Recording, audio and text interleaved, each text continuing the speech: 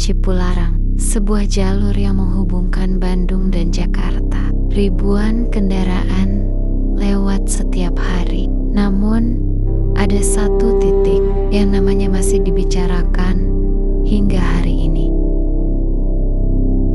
Banyak pengemudi mengaku melihat hal-hal yang tidak seharusnya ada. Dan malam itu, seorang sopir travel mengalami sendiri salah satu kisah paling menyeramkan yang pernah terjadi di ruas jalan tersebut. Malam itu, pukul ke-23.45, jalanan lengang, cuaca berkabut. Raffi baru selesai mengantar 3 penumpang dari Bandung menuju Jakarta. Ia memacu mobil dengan kecepatan sedang saat memasuki daerah KM ke-95.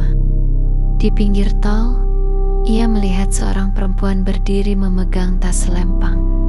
Bukan karena ingin menolong, tapi karena perempuan itu tiba-tiba sudah berada tepat di samping mobilnya. Seakan-akan jarak puluhan meter itu ditempuh dalam satu kedipan mata. Wajahnya pucat, rambutnya panjang, dan ia berkata dengan suara lirih, "Pak, boleh saya menumpang sampai Jakarta?"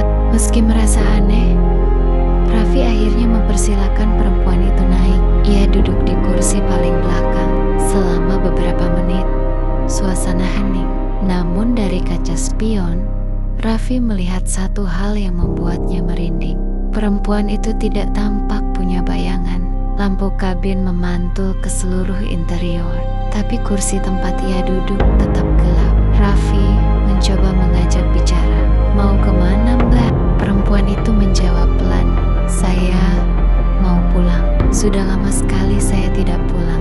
Nada suaranya aneh, seperti suara orang yang berbicara di dalam ruangan kosong. Bergema datar. Ketika mobil memasuki KM 97, hawa di dalam kabin mendadak berubah dingin. AC padam, tapi udara menusuk tulang. Perempuan itu berkata, "Di sini, terakhir kali saya berada di sini, Utenerus, Mobile Site." Raffi berhenti bernapas sejenak. Tangannya gemetar memegang setir. Perempuan itu melanjutkan, "Saya belum pernah benar-benar pulang sejak malam itu." Dan pada saat itu, lampu jalan di sekitar mobil padam satu persatu.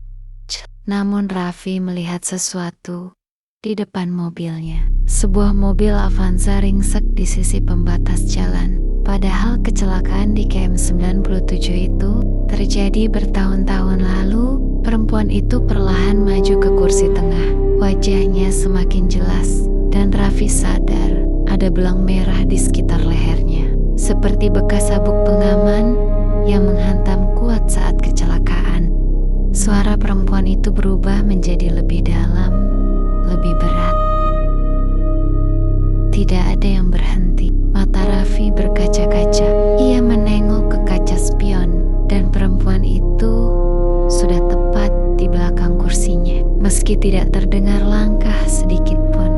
"Hai Perpis, terima kasih sudah berhenti malam ini." Suara itu sangat dekat, seperti tepat di telinganya. Tapi ketika Raffi menengok cepat, tidak ada siapa-siapa. Kursi belakang kosong, pintu tidak pernah terbuka.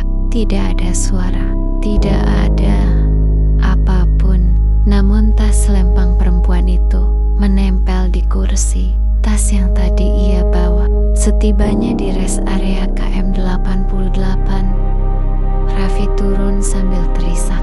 Ia menyerahkan tas itu kepada petugas keamanan. Yang membuatnya semakin merinding adalah petugas tersebut langsung berkata, tas ini milik korban kecelakaan di KM 97 Mas, yang meninggal sekitar tahun ke-2012. Kami kenal betul tasnya." Raffi tidak mampu berkata apa-apa. Malam itu, ia berhenti bekerja selama berminggu-minggu, dan hingga hari ini, ia masih mengaku sering melihat sosok perempuan itu di kaca spion ketika melewati KM 97. Seakan-akan perempuan tersebut masih mencari jalan pulang. Jangan lupa like dan subscribe untuk mendengarkan